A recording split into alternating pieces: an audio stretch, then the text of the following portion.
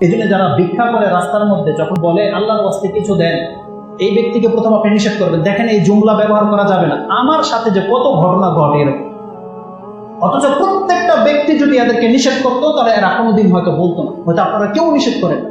যেই ব্যক্তি বলে আল্লাহর ওয়াস্তে কিছু দেন, এর হুকুম জানেন কি? রাসূল সাল্লাল্লাহু আলাইহি হাদিসের ভাষায় রয়েছে, যেই ব্যক্তি আল্লাহর ওয়াস্তে কিছু চায় তার উপরে লানত, আর যার কাছে চাওয়া হয়েছে আর এই কথা শোনার পরে যদি এই ব্যক্তিকে সে খালি হাতে ফিরিয়ে দেয় তার উপর আল্লাহর লানত। কতটা সেনসিটিভ হাদিস সহিহ। রাসূল সাল্লাল্লাহু আলাইহি বলছেন, কোন ব্যক্তি আপনার সামনে এসে বললো যে আল্লাহর ওয়াস্তে কিছু দেন, তার উপর আল্লাহর লানত করবে। কেন? সে আল্লাহর ওয়াস্তে ভিক্ষা করে। আল্লাহর ওয়াস্তে শব্দ ব্যবহার করা যাবে না। আর যখন সে বলে দিয়েছে সে লানতকারী হোক, তার উপর লানত প্রাপ্ত হবে, গজব প্রাপ্ত হবে, রহমত থেকে সে মাহরুম হবে। আপনার উপরও লানত হয়ে যাবে যদি এখন আপনি শুনে নিয়েছেন সে আল্লাহর ওয়াস্তে কিছু চেয়েছে, আপনি তাকে খালি হাতে ফেরাতে পারেন না। আপনার যতটা সম্ভব তাকে দেন, দিয়ে আপনি বলেন দেখেন এই শব্দটা ব্যবহার করবেন না, কারণ এই কথা শুনে নিয়ে আপনি মুখ ফিরাতে পারেন না। কারণ সেখানে তো আপনাকে আপনার রবকে দাঁড় করিয়ে দিয়েছে, যে আপনার রব একজন খুনিও যদি পলাতক কোনো ধরেন কাফের বা কিছু আপনার কাছে এসে বলছে আল্লাহর ওয়াস্তে আমাকে তুমি আশ্রয় দাও, আপনি প্রথম আশ্রয় দেন, পরেরটা পরে দেখা যাবে, পরেরটা পরে দেখা যাবে। কিন্তু যদি কোনো ক্রিমিনাল হয়, সন্ত্রাসী বা কিছু, এর হুকুম আবার ভিন্ন।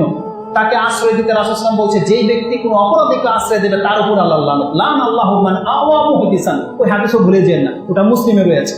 কিন্তু এখানে হচ্ছে সিচুয়েশনটা এরকম যে কোনো ব্যক্তি সাহায্যের জন্য হতে পারে সে কাফের বা কোনো কিছু, তার সাথে দ্বন্দ্ব হয়েছে, আপনি জানেন না সে অপরাধী নাকি, কিন্তু আল্লাহর ওয়াস্তে আশ্রয় চেয়েছে, প্রথম আপনি তাকে আশ্রয় দেন। কিন্তু যদি সে অপরাধী প্রমাণ হয়ে যায় তাকে আইনের হাতে তুলে দেবেন, সেটা ভিন্ন জিনিস, তাকে লুকিয়ে রাখা যাবে না। কিন্তু প্রথমে তাকে বাঁচাতে হবে, যেহেতু সে আশ্রয় চেয়েছে। কোনো মহিলা যদি বলে যে আল্লাহর ওয়াস্তে আমাকে তুমি কাজ করবে না, যেমনটা মরিয়ম আলাইহিস সালাম বলেছিল জিবরাইল আলাইহিস সালামকে, যে ক্বালাত ইন্নী আউযু বিররহমানি মিনকা, দেখো আমি আল্লাহর কাছে আশ্রয় চাচ্ছি তোমার কাছ থেকে। জিবরাইল আলাইহিস সালাম তখন বলছিল দেখো আমি মানুষ না, আমি ফেরেশতা। ক্লিয়ার হয়ে গেল কথা।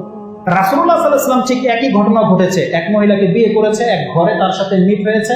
রাসূল সাল্লাল্লাহু আলাইহি ওয়াসাল্লাম যেমনি তার কাছে গিয়েছে তাকে বোঝানোর জন্য, সে বলে ফেলেছে আউযু বিররহমানি মিনকা বা আউযু বিল্লাহি মিনকা, আমি আল্লাহর কাছে আশ্রয় চাচ্ছি আপনার হাত থেকে। রাসূল সাল্লাল্লাহু আলাইহি ওয়াসাল্লাম বলছেন তুমি একটা যোগ্য স্থানে আশ্রয় চেয়ে ফেলেছো, যাও তুমি তোমার বাসায় ফিরে যাও, তোমার সাথে আমার সম্পর্ক কাজ হয়ে গেল, তোমাকে আমি কাজ করতে পারবো না, তুমি ফিরে যাও।